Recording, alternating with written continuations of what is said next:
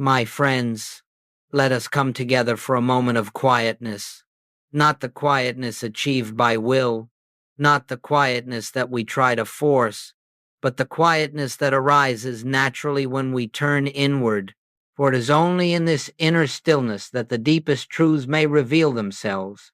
Today we turn our attention to two simple words, two words spoken by the Master, repeated across centuries, echoed in scripture, heard in temples and churches, whispered in the solitude of seekers everywhere, yet rarely understood. These words are not phrases to be memorized. They are not a formula, nor a technique, nor a mystical password. They are the doorway to the inner temple of your being. They are the announcement of the presence that has been with you from the beginning. They are the foundation upon which all spiritual realization rests. The words are simply, I am. When Jesus declared, I am the way, the truth, and the life, he was not speaking of a man. He was not pointing to a personal self. He was revealing the nature of the presence that animated him, lived through him, and healed through him.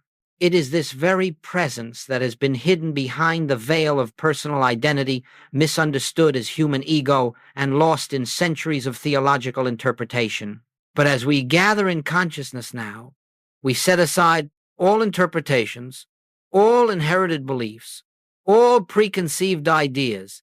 We come not to learn about the I am, but to discern its activity as the essence of our own being. For you see, the I am is not a name. It is not a statement of human personality. It is the infinite announcing itself. It is the divine self revealing its nature. Every time the Master spoke those words, he was opening the curtain and allowing us to behold the eternal truth, that God is the I of you and the I of me.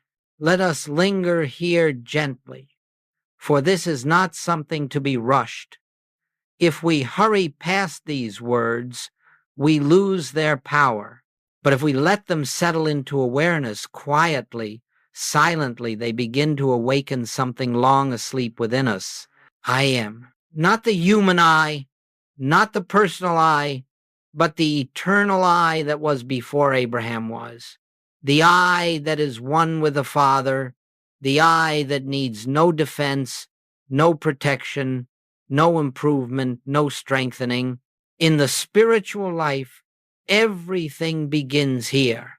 And without this recognition, no amount of prayer, study, or effort can bring about the transformation the soul longs for. We have spent many lifetimes searching for God outside ourselves, searching in holy places, in rituals, in people, in doctrines, in words, never realizing that the one we seek has been quietly declaring its identity within us all along. This, my friends, is why the Master spoke so plainly, so directly, so simply, I am. These two words contain the essence of all mystical revelation. They reveal the indwelling presence. They expose the unity of God and man. They dissolve the separation that has caused fear, lack, struggle, and suffering. They carry the entire weight of spiritual healing, spiritual supply, spiritual protection, and spiritual authority. If you will sit with these two words, not as affirmations, not as positive statements, not as mental attempts to reshape life, but as the gentle recognition of what eternally is, you will begin to see that the inner temple is already open. There is no door to unlock. There is no distance to travel. There is only the unveiling of what has forever been true, that the I of your being is God. Let us enter this exploration together, not as students seeking knowledge, but as living expressions of the very presence these words reveal. And as we move forward, let us remember, the purpose of this teaching is not to change the outer world, but to awaken the truth of identity, And in that awakening, all that needs to be transformed is transformed of its own accord. Now, having opened the doorway with these words, we will proceed to the next stage of our journey. Let us move a little deeper now, gently, without strain, without rushing the mind. The truth of these teachings unfolds only to the degree that we are willing to listen, not with the ears, but with the heart, not with thought, but with awareness. When the Master uttered the words, "I am the way, the truth, and the life," he was not elevating a human personality. He was not drawing attention to a man nor inviting worship of a figure. How easily we miss this. How easily we listen with the human sense and so believe that the statement points to a person, to something separate, remote, unattainable. But in the silence of spiritual discernment, the meaning changes. You begin to realize that the Master spoke from the standpoint of the divine presence, the spiritual I, the universal Christ. He was not speaking about himself.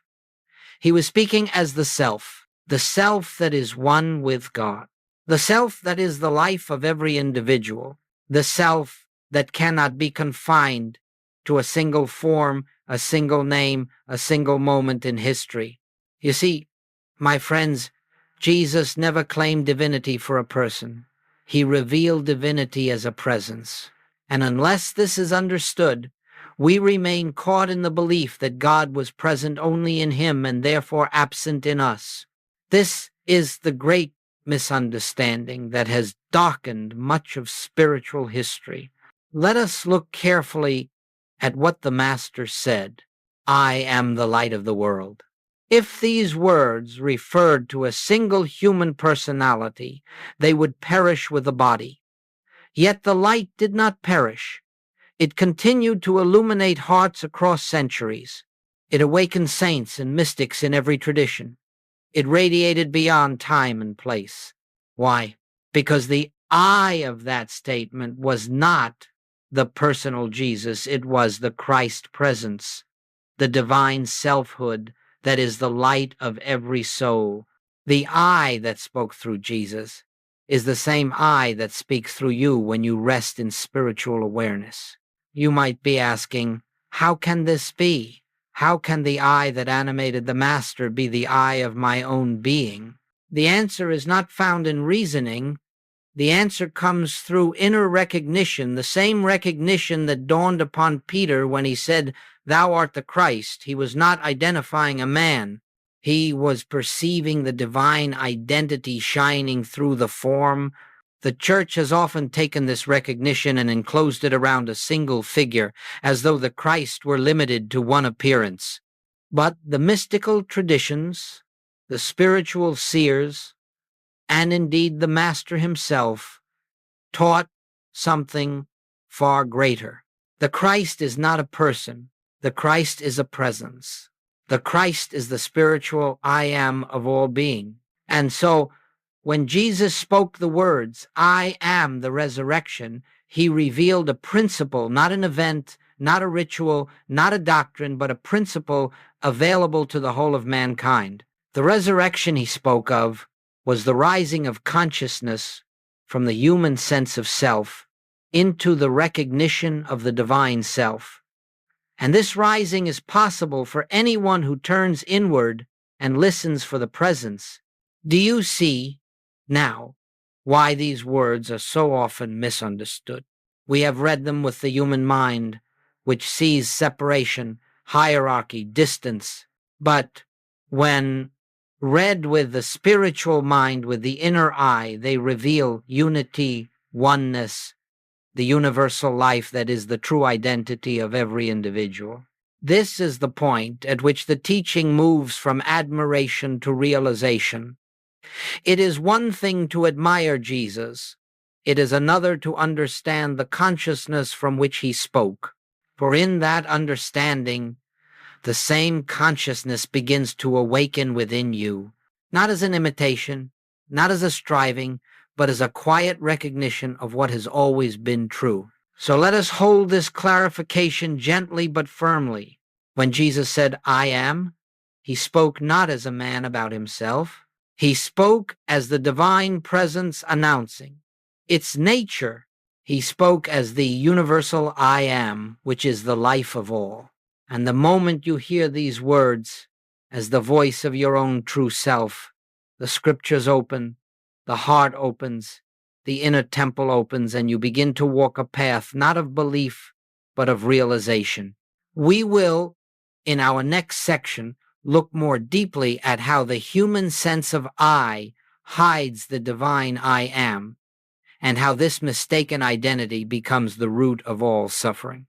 Now let us turn inward once more, for we are approaching the central turning point of spiritual unfoldment. In truth, the entire structure of suffering rests upon a single misunderstanding, one so subtle, so deeply ingrained that humanity has rarely questioned it. Yet the moment this misunderstanding is corrected, the cords of suffering begin to loosen, and the light of spiritual freedom makes itself known. The misunderstanding is simply this: we have mistaken the human I for the divine I am. We have taken the sacred word I, the very name of God, and applied it to the body, the emotions, the thoughts, the conditions of human existence. And in this unconscious act, we bind ourselves to limitation because we believe that the I, which appears to suffer, is the true self.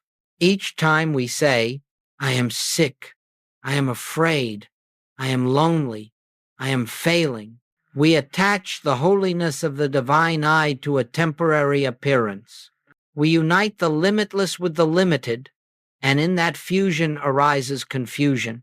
Now, the infinite cannot truly be limited, but we can believe it is, and that belief becomes the fabric of human experience. For the Master taught, and Goldsmith reminded us, that experience conforms to identity. As a man thinketh in his heart who he is, so is his experience shaped. Let us look gently, quietly, at how this confusion operates. A feeling arises, perhaps fear. Immediately, the unawakened mind says, I am afraid. But who is this I? Is it the body? Is it the passing emotion? Is it the conditioned mind? Or is it the divine presence that is the same yesterday, today, and forever? Can the infinite be afraid? Can the I that Jesus spoke of be threatened? Can the eternal suffer the fluctuation of moods? You see, it is not the fear itself that binds us, it is the false identification with it. The fear passes quickly if not claimed, but once we attach the sacred I to it, we breathe life into it, we make it part of our sense of self, and thus we prolong it. The same is true of illness. The body may present symptoms. That is the nature of form. But the mistake, the real illness, is the thought, I am sick. The I that you truly are cannot be sick. It cannot deteriorate. It cannot be harmed. It cannot lack vitality, for it is the infinite life that animates all. This is why the Master spoke from the standpoint of the divine I am. He never said, I am weak, I am uncertain, I am troubled. He spoke only from the truth of identity, and from that truth flowed the harmonies of healing and restoration. My friends, all suffering comes from believing that the human sense of I, the personal, limited, changeable I, is your true identity. This full sense of self is the only thing that can fear, the only thing that can lack, the only thing that can be wounded or offended. When you identify with it, you live in its bondage. When you withdraw identification from it, you discover that the divine I am has been yourself all along. The entire spiritual path, as Goldsmith taught, is not a journey of improving the human self. It is the recognition that the human self was never you. The I of you is the same I that spoke through the prophets, the mystics, the seers, the sages, and the Master himself. The moment this becomes clear, not intellectually, but inwardly, suffering begins to dissolve. Not because we fight it, not because we resist it, not because we use spiritual power to overcome it, but because the one who suffered is no longer believed to be the self. As long as you believe you are the human I, you will experience the limitations of that identity. But when you recognize the divine I am as yourself, you enter into the freedom of the sons of God, where harmony, peace, and supply unfold naturally, without effort. We will move in our next section into the deeper work of learning how to hear these I am statements with spiritual ears, so that the truth behind them reveals itself directly within your own consciousness. Let us settle even more deeply into the silence within, for this next movement in our unfolding is not an intellectual one. It is the beginning of an inner transformation, a shift from hearing with the outer senses to perceiving with the spiritual faculties of the soul. And this shift is necessary because the words of the Master cannot be understood at the level of human thought. When we listen with the human mind, we hear language. When we listen with the spiritual ear, we hear revelation. The Master said, "He that hath ears to hear, let him hear." He was not speaking of physical ears.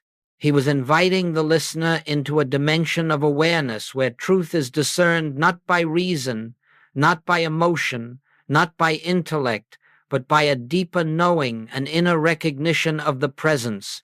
When Jesus declared, "I am the resurrection," the human mind hears a statement of religious significance, a phrase to be believed or rejected. But the spiritual ear hears something altogether different. It hears the voice of the infinite announcing its nature. I am is the rising of life out of limitation, out of despair, out of fear. I am is the eternal, ever-present activity of God expressed in and as individual being. In this way, the scriptures cease to be ancient words.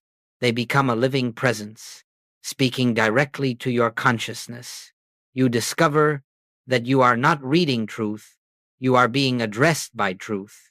Let us take another example. When the Master said, "I am the light of the world," the human mind interprets this as a title. Jesus is the light. But the spiritual ear recognizes that the light he spoke of was not personal. It was the divine light, the universal Christ, shining through him, radiating as him, and available to radiate as you. This is why Goldsmith taught that the Bible must be read not historically, but spiritually. If we read it as history, we are inspired but unchanged.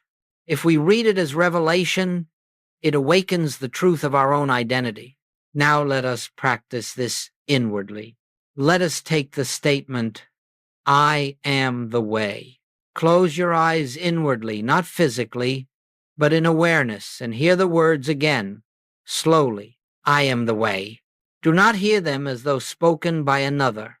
Do not hear them as though they came from outside. Let them arise within you from the depth of your own being. Let the I that speaks be the I that lives you, breathes you, sustains you. Notice what happens. The words begin to gently detach from the personality of Jesus and reveal themselves as universal truth. You begin to sense that the same presence that walked the hills of Galilee speaks within your own consciousness at this very moment. You see, the spiritual ear hears truth impersonally. It hears the universal, not the personal. And in this shift, the teaching stops being something you admire and becomes something you embody. This is why Goldsmith emphasized again and again, Truth is not in the words. Truth is in the consciousness behind the words. The words are but symbols. They point, but they are not the reality itself. And so our task is not to memorize Scripture, but to cultivate the inner stillness in which the living truth reveals itself. When you hear "I am" with the spiritual ear, you no longer hear a doctrine or a command. You hear the divine self announcing its presence. You hear the truth of your own being speaking to itself. And this recognition becomes the foundation upon which spiritual healing, spiritual supply, and spiritual harmony naturally unfold. You do not try to make these things happen. You do not use truth as a power. You simply recognize the I that is already whole, already complete, already one with God. And so I invite you, in the quiet moments of your day, not in formal meditation alone, but throughout ordinary activities, to listen inwardly for this I am, not as a sound, not as a voice, but as a gentle awareness that transcends the thoughts that pass before it.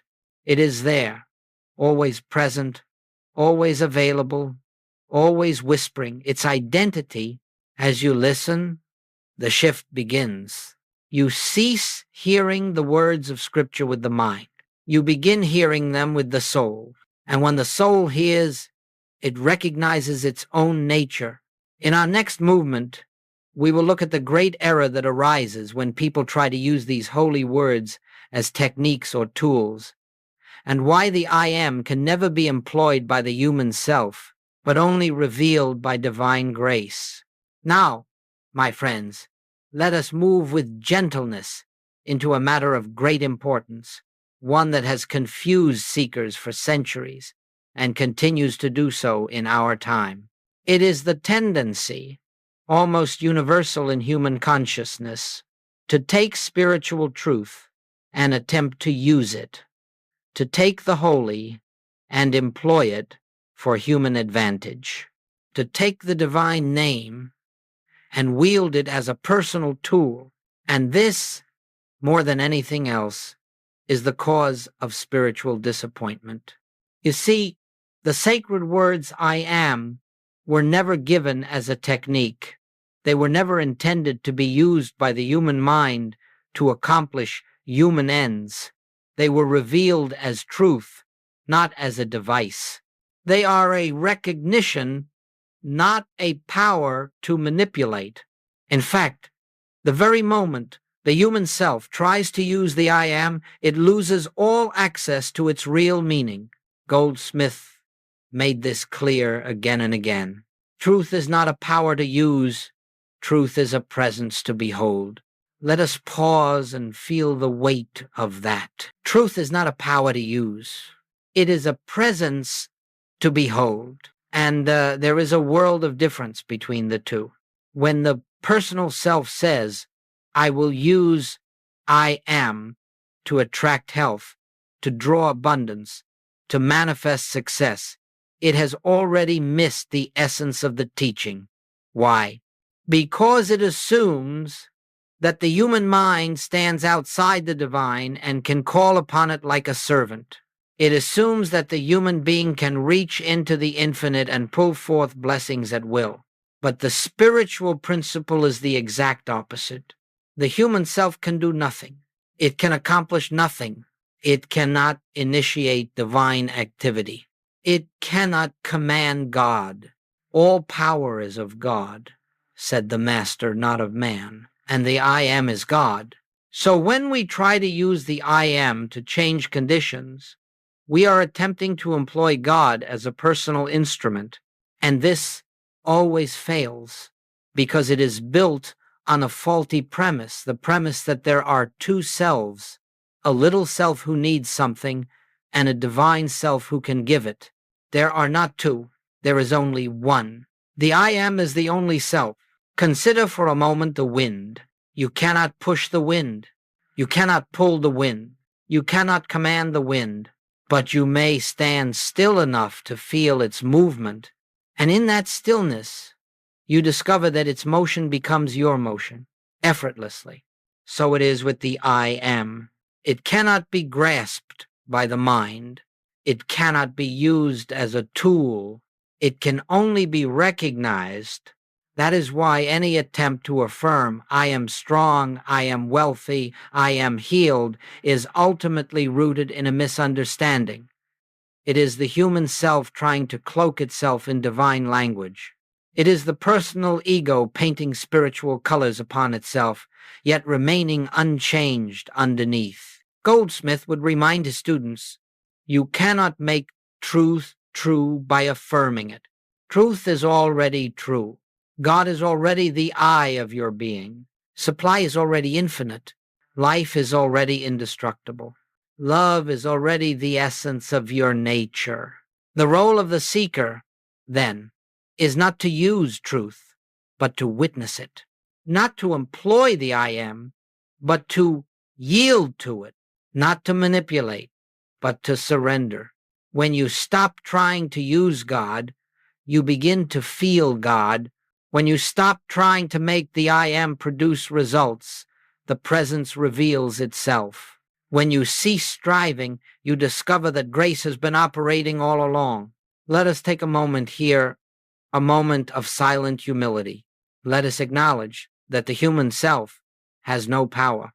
Let us release any urge to control, to direct, to compel. And let us rest in the knowing the I am is the only power. The I am is the only presence. The I am is the only self. From this recognition, not from effort, harmony flows. From this recognition, supply appears. From this recognition, health is revealed. From this recognition, peace becomes the atmosphere of our being. And now, having understood why the I am cannot be used as a technique, we are ready to enter the deeper mystery of identity, the realization that spiritual healing is never the result of fixing the human self, but of revealing the divine self that has always been present. That is the next step in our journey. Let us go forward now, slowly, quietly, for we are entering the heart of the spiritual message that Jesus lived and that the infinite way reveals. This is not a teaching about changing conditions. It is not a message about altering the body or rearranging the outer world. It is a message about identity, about who and what you truly are. Every healing that ever took place in the presence of the Master, every restoration, every release, every lifting of the veil was the result of one thing: a shift of identity, not a shift in the body, not a shift in circumstances, a shift in the center of consciousness from the human I to the divine I am. This is why the Master could heal without effort, without ritual, without technique. He saw no suffering individual to be repaired. He saw only the truth of identity, the presence of God appearing as individual being. He saw only the I am, and in the presence of that recognition, the appearance of illness or lack or fear simply dissolved for want of reality. Goldsmith described this with great simplicity. No one needs healing. They need the realization of their true identity.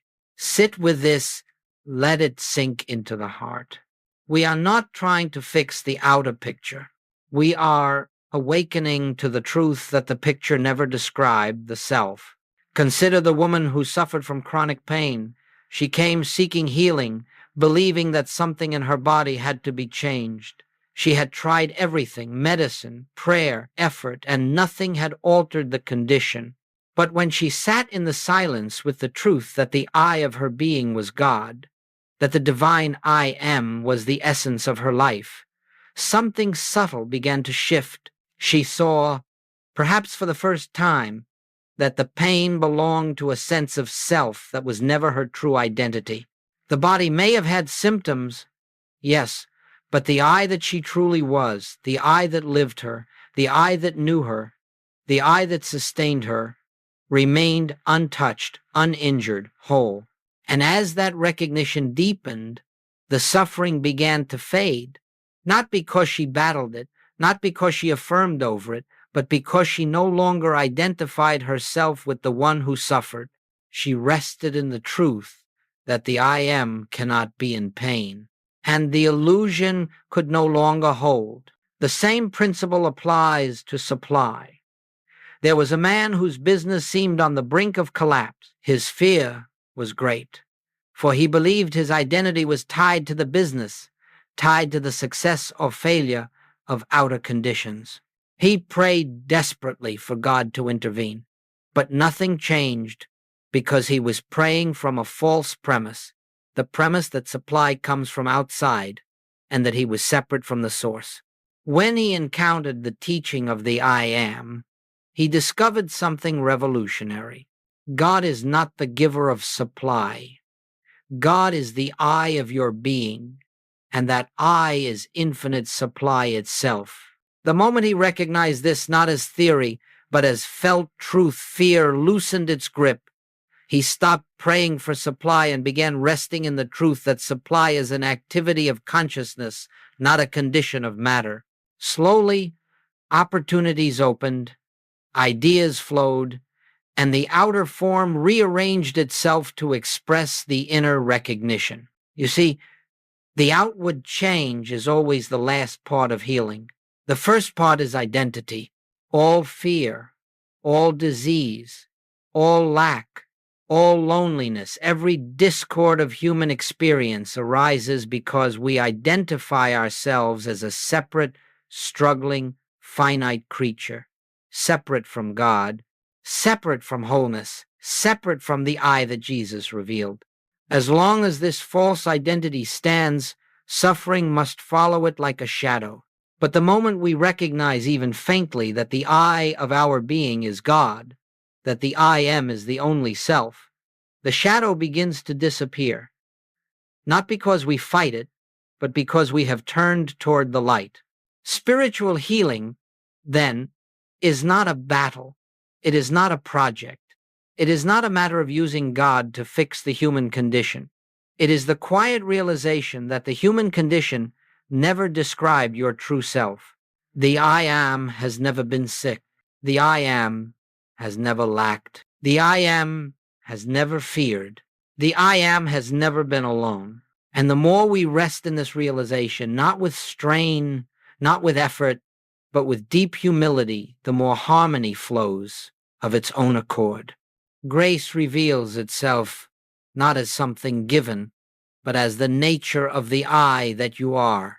Now that we understand this shift of identity, we are ready to explore the conscious practice that makes this realization a living experience, the sacred practice known as practicing the presence.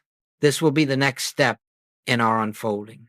Let us move now into the living core of the spiritual life, the practice that transforms the truth we have heard into the truth we experience. For it is not enough to understand with the mind that the I am is our identity. It is not enough to agree with a principle, to admire it, or even to believe it. The realization must become an activity of consciousness. It must be lived, breathed, rested in, moment by moment. This is what the Master meant when he spoke of abiding. This is what Goldsmith called practicing the presence. Now, practicing the presence is not a discipline in the human sense. It is not something we force, nor something we accomplish. It is not striving for spiritual attainment. It is the gentle turning of consciousness toward the awareness of the divine I that is always present.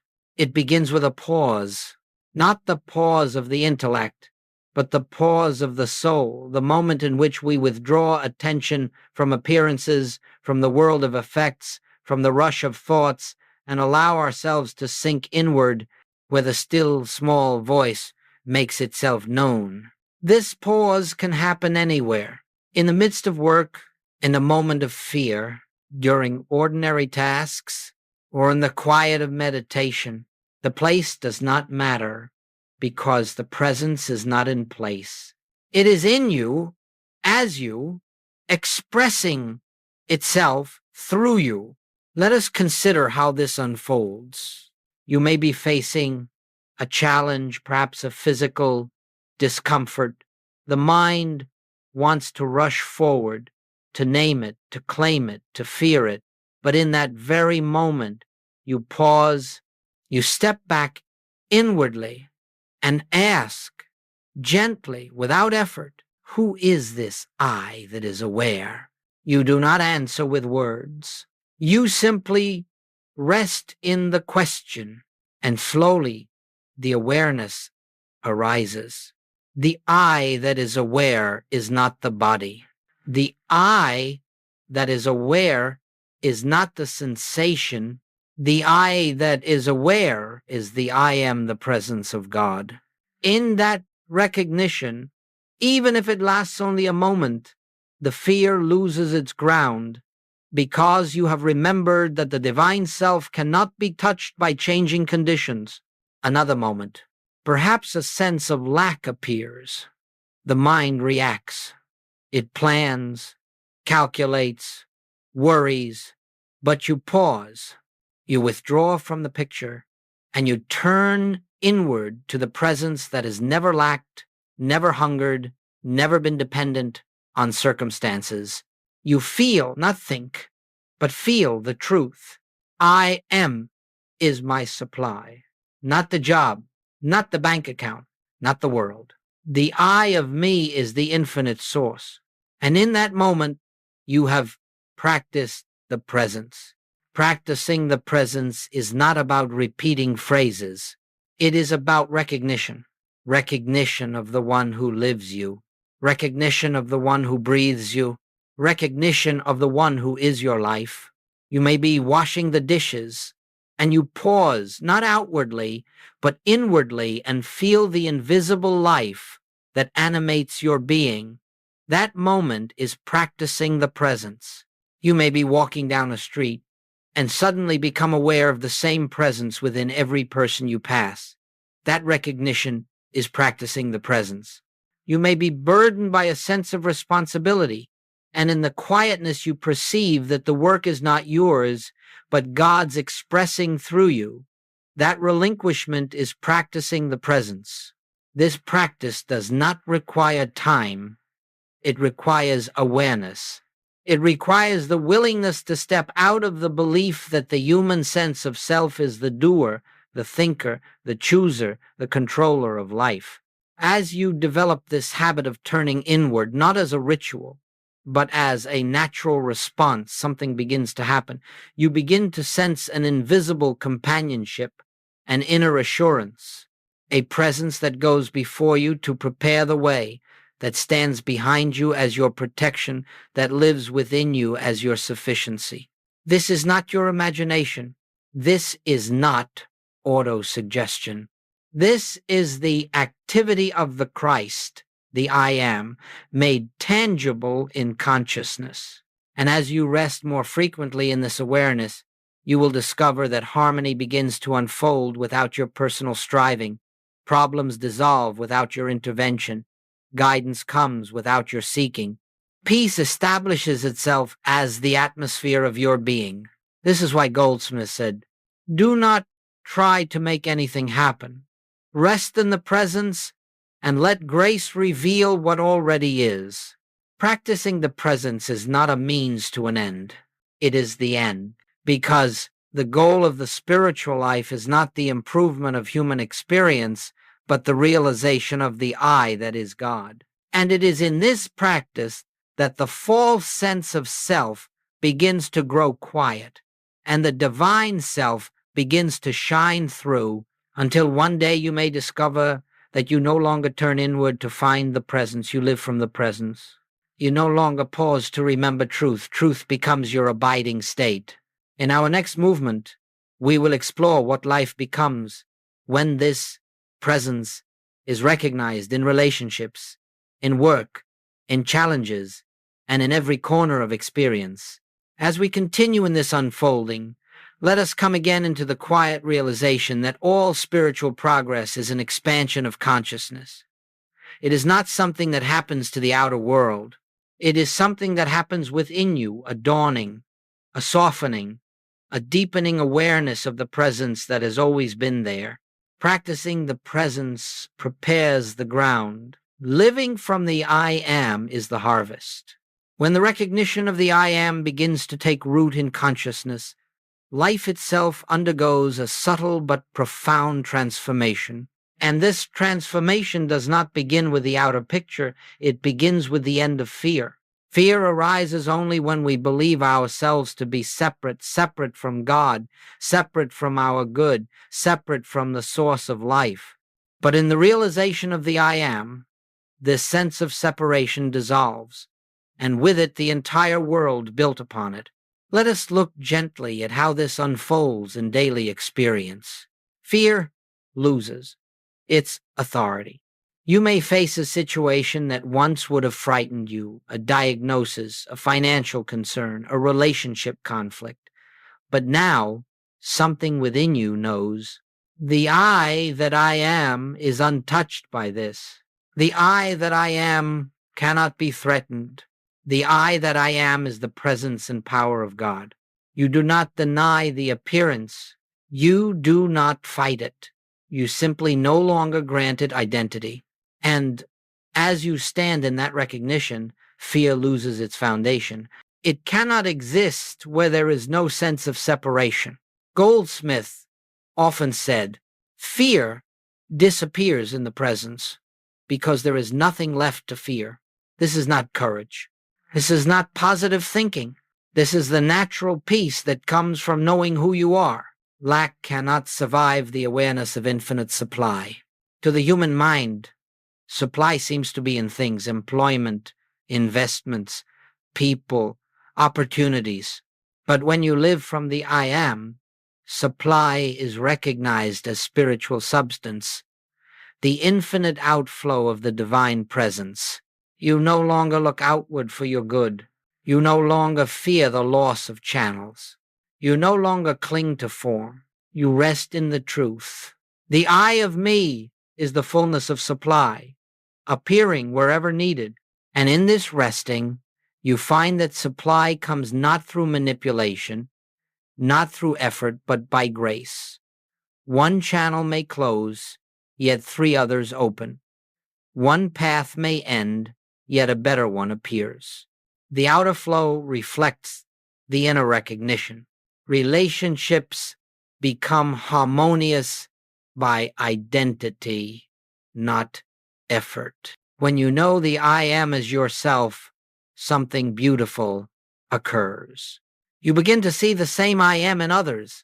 You are no longer relating to personalities, to histories, to wounds, to opinions. You are relating to the divine presence, expressing through individual forms. This shifts everything. Judgment softens, conflict dissolves, expectations fall away, compassion becomes natural. You discover that harmony in relationship is not achieved by trying to change others, nor by trying to change yourself, but by seeing through the appearance to the truth of being. Where there is recognition of the I am, love flows without effort. Work becomes divine activity, not personal struggle. Living from the I am dissolves the belief that you are responsible for accomplishing life through human will. You begin to perceive that all rightful activity is God expressing through you. You do not initiate the work, you respond to the inner impulse. You do not struggle for results, you allow them. You do not worry about outcomes. You trust the divine intelligence that guides them. In this consciousness, work becomes joyful, effortless, harmonious. Ideas come without strain. Opportunities unfold without force. Everything begins to align with the rhythm of the presence. The sense of separation fades. Perhaps the greatest transformation of all is the quiet disappearance of the feeling of aloneness. When you live from the I am, you know, without needing proof, that you are never alone. You feel an invisible companionship, a presence that goes before you, walks with you, and lives as you. This is not imagination. This is the Christ appearing as your consciousness.